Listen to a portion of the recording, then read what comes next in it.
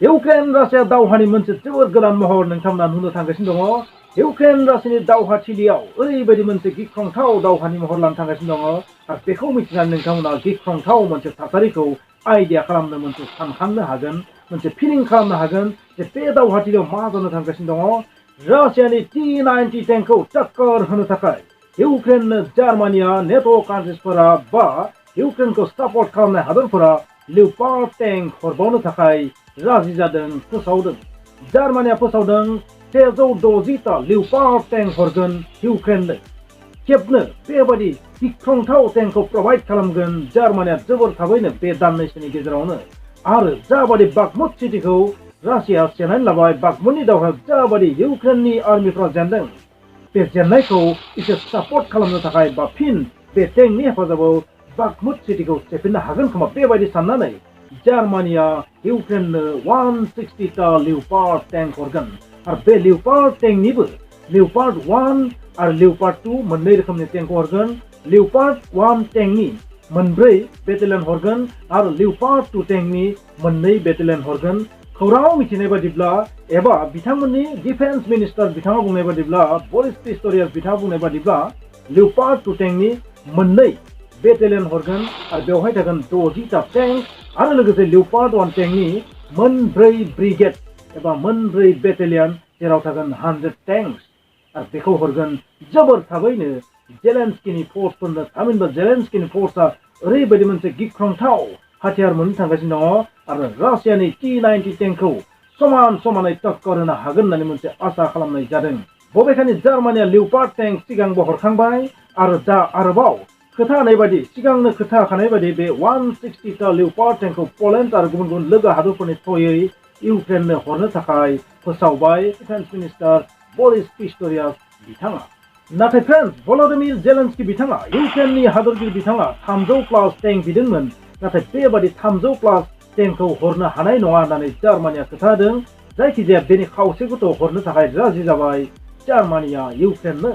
बे साननैसोआव ओरैबायदि गिख्रंथाव दावहा जागासिनो थादों जि बाखमुट सिटि, बे बाखमुट सिटिखौ टटेलि रासियान फोर्सफोरा सेनानै लाबाय बेबायदि खौरां ओंखारनानै फैदों। आरो बाखमुट सिटिया बांद्राय गेदेर एरिया नङा। बै फिसा एरियाखौ रासिया मानोदि एसेबां गावसोरनि फोर्सफोरनि जिउखौ दान होनानैबाबो एबा 50,000 रासियान फोर्सखौ बेवहाय डेप्लय खालामनानै आरो 10,000निबो बांसिन टेंकखौ बेवहाय डेप्लय खालामनानै मानो बाखमुट सिटिखौ सेनो नागिरदों बेथ' रासियासो मिथिगोन। नाथाय बे बाथ्रायाबो सैथो, बाखमुट सिटिया जाबाय सानजा इउक्रेननि मोनसे खरं। बे खरंआ बायनायनि ओंथिया जाबाय इउक्रेना सानजा इउक्रेनखौ कमप्लिटलि रासियानि आखायाव गथायनानै होनाय। बेनिखायनो जोबोर गिलु बालुयै बे दावहाखौ नांनो थाखाय इउक्रेनाबो जानजि खाफ्रादों आरो सोनाबनि हादरफोरखौ नेट' कान्ट्रिसफोरखौ बुंदों जे टेंक हर, हाथियार हर, एयारक्राफ्ट हर, बायदिसिना बेबायदि गिख्रंथाव हाथियारखौ बिगासिनो थादों भल'दिमिर जेलेन्स्कि बिथाङा। बिदिब्ला लोगोफोर, नोंथांमोना थारैनो मिथिबाय बे दावहायाव सोनाबनि हादरफोरा नेट' कान्ट्रिसफोरा रासियानि खाथियाव देरहासार जानो हायाखैबाबो, नाथाय रासियाखौ होबथानोथ' हायाखैयानो। थेवब्लाबो नाथाय जेसेबां हायो जिउयै माहामै इउक्रेननि थ्रुयै रासियाखौ डेस्ट्रय खालामनो एबा होबथानो थाखाय नाजागोन। नङाबा नेट' कान्ट्रिसफोरा बेबायदि टेंक हरलाय, गुबुन हाथियारखौ हरलाय, बेबायदि गिख्रंथाव हाथियारखौ हरै हरै मानो बे दावहाखौ इउक्रेननि थ्रुयै रासियाजों नांगासिनो थादों। नोंथांमोनाबो थारैनो बुजिदों बे दावहाया बुंनो थाङोब्ला इउक्रेन रासियानि गेजेराव नंगौबाबो, बास्तबाव नुनायाव बेबायदिबाबो आसोलाव बे दावहाया नेट' भार्सेस रासिया। नोंथांमोना बे बाथ्राखौ मिथिनोब्ला मोनसे समाव नैथि मुलुग दावहायाव हिटलारा रासियाखौ एटाक खालामदोंमोन आरो रासियाखौ फेजेननो थाखाय नाजादोंमोन। नाथाय नैथि मुलुग दावहायाव जार्मानिया रासियाव जेननो गोनां बाध्य जादों आरो बेयो वेदारनि थाखाय, एनभाइरनमेन्टनि थाखाय, जोबोर गुसुनि थाखाय माने बे दावहाखौ देरहानो थाखाय हायाखिसै जार्मानिया। बै समनिफ्रायनो जार्मानि आरो रासियानि गेजेराव सोमोन्दोआ दिनैसिम गाज्रि। बेनिखायनो नैथि मुलुग दावहायाव जिहेतु जार्मानिया रासियानि खाथियाव जोबोर गाज्रि जेननांगौ जादों, बेनिखायनो बेनि बदलाखौ लानो थाखाय अराय सम थियारि जानानै थायो जार्मानिया। फ्रेन्ड्स, नोंथांमोना बे बाथ्रा मिथिनोब्ला हिटलारा बे दावहायाव देरहानो हायाखैमोन नैथि मुलुग दावहायाव। जार्मानिया बै समाव ओरैबायदि मोनसे गिख्रंथावै मुलुग दावहाखौ जोनोम जादोंमोन, नाथाय जोबनायाव रासियानि खाथियाव जेननो गोनां जादोंमोन हिटलारनि आर्मिफोरा। आरो बै समनिफ्रायनो दिनैसिम रासिया आरो जार्मानिनि सोमोन्दोआ एसेबां मोजां नङा। अराय सम जार्मानिया रासियाखौ फेजेननो थाखाय टारगेट लायो आरो रासियाबो अराय सम जार्मानिखौ डेस्ट्रय खालामनायनि टारगेटजों खामानि मावगासिनो थायो। फ्रेंड्स नोंथांमोना बे बाथ्राखौ मिथिला जार्मानिया लिउपार्ड टेंक हरनायल' नङा लिउपार्ड टेंकखौ माबायदि सालायनांगौ कन्ट्रल खालामनांगौ सामलायनांगौ बेनिबो थांनाय 1.5 मासाव ट्रेनिं होगासिनो थादों इउक्रेननि फर्सफोरखौ इउक्रेननि टेंक ब्रिगेडफोरखौ लिउपार्ड टेंकखौ माबायदि सामलायनांगौ लिउपार्ड टेंक 2 लिउपार्ड टेंक 1 एबा लिउपार्ड 1 लिउपार्ड 2 टेंकखौ माबोरै कन्ट्रल खालामनांगौ सामलायनांगौ दावहाथिलियाव बेखौ माबायदि दैदेननांगौ बेनि ट्रेनिं थांनाय 1.5 मासाव होगासिनो थादों आरो दासिमबो होगासिनो थादों बे बाथ्राखौ नोंथांमोना थारैनो निउसाव नुगासिनो थादों जानांगौ नाथाय फ्रेंड्स बेवहाय लिउपार्ड 2 टेंकनि बाथ्रा होनबाय थादों लिउपार्ड 1 लिउपार्ड 2 टेंक बे 3rd जेनेरेशन टेंक बे टेंकनि जि क्वालिटी बा बेनि जि गोहो बेनि जि एबिलिटी केपाबिलिटी बेफोर माबायदि बेखौ नोंथांमोना मोननैसो खिन्थानो नाजागोन T-90 टेंकखौ रासियानि जि T-90 टेंक बै T-90 टेंकआथ' इन्डियावबो दङ जायखौ भीष्मा होनना बुङो बे T-90 टेंकजों माबायदि टक्कर होनो हागोन बे T-90 टेंकजों समान समानफ्राम गोहो गोनां मोनसे टेंक बुंनो थाङोबा बेयो बुहुमनि बयनिख्रुइ बेस्ट टेंकनि मादाव मोनसे बे लिउपार्ड 2 टेंक आरो लिउपार्ड 1 टेंकआबो लिउपार्ड 2 टेंकनि जि वाइड बेयो 55 टननिफ्राय अप टू 60 टनहालागै जानो हागौ आरो बेनि जि स्पिड बे 68 किलोमिटार पर आवरनिफ्राय 70 किलोमिटार पर आवर जानो हागौ आरो बे टेंकआव 120 mm नि टप लगायनाय थायो आरो बे टेंकआव ओरैबायदि मोनसे जायगा दं सिङाव बेवहाय 4 आर्मिया थानो हागौ माने टेंक ब्रिगेड बा टेंकनि आर्मिया बेवहाय थानो हागौ आरो लोगोसे बे टेंकनि जे आर्मार बे आर्मारखौ एसेबां गोरलैयै माने गावफ्लांनो हाया सफ्लांनो हाया डिस्ट्रय खालामनो हाया बिनि आर्मारा जोबोर गिलुबालु आर्मार आरो लोगोसे बे टेंकआ ओरैबायदि गिख्रंथाव जि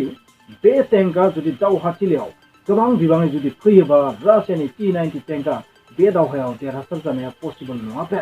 बेनिखायनो बे टेंकआ दावहाथिलियाव फैनायनि ओंथिया जाबाय रासियानि थाखाय मोनसे सिन्ता गोनां बिसय साननो गोनां मोनसे बिसय आरो फ्रेंड्स बेल' नङा बे टेंकनि जे रेन्ज बे रेन्जआ 340 किलोमिटारनिफ्राय 500 किलोमिटारसिम जानो हागौ आरो फ्रेंड्स बे टेंकआ खम फिउलआवनो खम इन्धनजोंनो गोलाव लामा थांनो हागौ गोजान लामा थांनो हागौ आरो फ्रेंड्स बे टेंकआ माने हाब्रु बा अखा हानाय बोथोरावबो गोख्रोङै दावहा नांनो हागौ बेनिखायनो बेबायदि टेंकखौ अलराउन्डार टेंक होननानै बुंनाय जायो लिउपार्ड 2 टेंकखौ अलराउन्डार टेंक होननायनि जाहोना बेनो नाथाय फ्रेंड्स T-90 टेंकआबो खम नङा T-90 टेंकआबो बेजोंनो समान समानफ्राम केपाबिलिटी गोनां आरो बेयाव लगायनाय टप बा हाथियार बेफोरबो माने लिउपार्ड टेंकजोंनो समान समानफ्राम बेनिखायनो इउक्रेना बे हाथियारखौ बिगासिनो थादोंमोन जार्मानियाव मानोना लिउपार्ड 2 टेंकआसो बैबादि रासियानि T-90 टेंक T-70 टेंक बा गुबुन गुबुन रोखोमनि जि गिख्रंथाव टेंक बै टेंकफोरजों टक्कर होनो हागोन बेनिखायनो बेखौ बिबाय थादोंमोन आरो बेखौ दिनै जार्मानिया हरनो थाखाय राजि जाबाय इउक्रेननो फ्रेंड्स बिदिब्ला फैनाय समफोराव बे दावहानि महरा मा लागोन नोंथांमोनजों खिन्थाबाय थागोन आपडेट होबाय थागोन फ्रेंड्स नोंथांमोना बे बाथ्राखौ मिथिनोब्ला जि बाखमुट सिटि बे बाखमुट सिटिखौ रासियान आर्मिफोरा सेनानै लाबाय होनबा जेबो गोरोन्थि जानाय नङा अनलि बेखौ अफिसियेलि व्लादिमिर पुटिन बिथाङा फोसावनोल'सो बाखि दंसै होननानै आं बुंगोन बबेखानि बे दावहायाव रासियाबो गोबां गावसोरनि फर्सफोरखौ खोमानांगौ जादों गोबां हाथियार आरोबाव लोगोफोर लिउपार्ड टेंकनि मोनसे गुना जाहैबाय मोनसे क्वालिटिया जाहैबाय बेवहाय डिजिटेल फायार सिस्टेम दङ माने डिजिटेलि फायारिंखौ कन्ट्रल खालामनो हायो माने फायारिंखौ डिजिटेलि कन्ट्रल खालामनो हायो बा गासै सिस्टेमखौनो डिजिटेलि कन्ट्रल खालामनो हायो माने डिजिटेल फायार सिस्टेम दं बेवहाय माने इन्टारनेटनि थ्रुयैबो बेखौ बा कम्पिउटारनि थ्रुयै बेखौ सामलायनो हायो माने स्क्रिन टाचआव दांबानो बे गासैबो जाजोबो बबेखानि आथिखालनि टेंकफोरा बेबायदिनो गोजा गासैबो टेंकआनो बे सिस्टेमनि गोजा T-90 टेंकआबो बेबायदिनो माने बुंनो थाङोबा आथिखालनि हाथियारफोरा सब डिजिटेल बिदिब्ला लोगोफोर नोंथांमोना कमेन्टआव लिरदो लिउपार्ड टेंकनि जि क्वालिटी आरो T-90 टेंकनि जि क्वालिटी बे मोननैनि गेजेराव सोर बयनिख्रुइ बेस्ट आरो बे टेंकआ जुदि दावहाथिलियाव फैयोबा जाबायदि रासियान फर्सफोरा T-90 टेंकखौ बाहायदों T-70 टेंकखौ बाहायदों बे दावहायाव बबे मोनसे टेंकआ साक्सेस जागोन नोंथांमोना कमेन्टआव लिरदो